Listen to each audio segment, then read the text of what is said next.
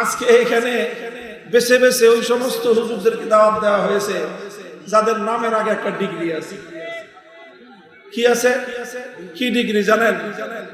মাওলানা না, আলহাজ না, মুফতি না, মুহাদ্দিস না, তাদের নামের আগে জেলখাটা ডিগ্রি আছে।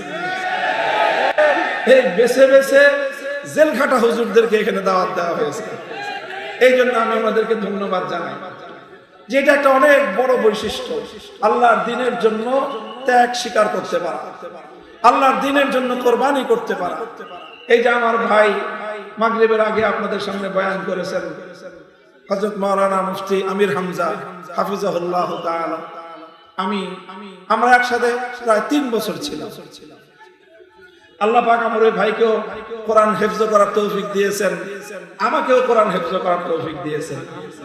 আমাদের দুই ভাইয়ের মধ্যে একটা অলিখিত প্রতিযোগিতা ছিল, এটা আমি আজকে আপনাদের সামনে ফাঁস করে যাই। সেটা আমি লক্ষ্য করতাম যে মাওলানা আমির হামজা সারাদিন কোরআন তেলাওয়াত করতেছে, আমি দিনের বেলায় বেশি পারতাম না। এই জন্য আমি তাকে টপকে আগে যাওয়ার জন্য রাতের বেলায় বেশি তেলাওয়াত করতাম। তো এই যে একটা প্রতিযোগিতা ছিল আমাদের মধ্যে, যে অন্তত সপ্তাহে 1 খতমের বেশি তেলাওয়াত করতেই হবে। এইভাবে 3টা বছর আলহামদুলিল্লাহ কোরআন তেলাওয়াতের মাধ্যমে আমাদের কারাগারের কঠিন সময়গুলো মধুর সময়ে পরিণত হয়েছে। কোরআনের তেলাওয়াত যদি না থাকতো তাহলে কারা জীবনের এই কঠিন সময়গুলো আমাদের জন্য আরো বেশি কঠিন হতো।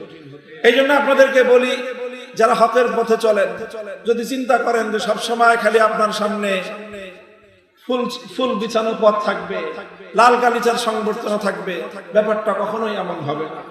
বরং দ্বীনের পথে চলতে গেলে, আল্লাহর দ্বীনকে দুনিয়াতে বিজয়ী করবার আন্দোলন সংগ্রাম, এই পথে যদি আপনি চলতে চান, এই পথটা কণ্টকাকীর্ণ পথ, এই পথটা রক্ত দেওয়ার পথ, এই পথটা জীবন দেওয়ার পথ, এই পথটা শাহাদাতের পথ, এই পথটা বড় বন্ধুর পথ।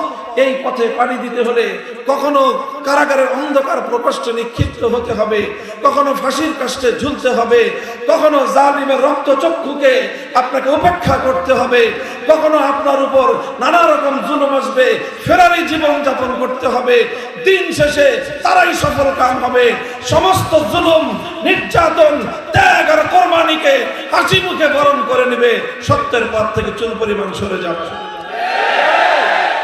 এই জন্য কোরআনকে, আল্লাহর পবিত্র কোরআনকে পক্ষে ধারণ করুন।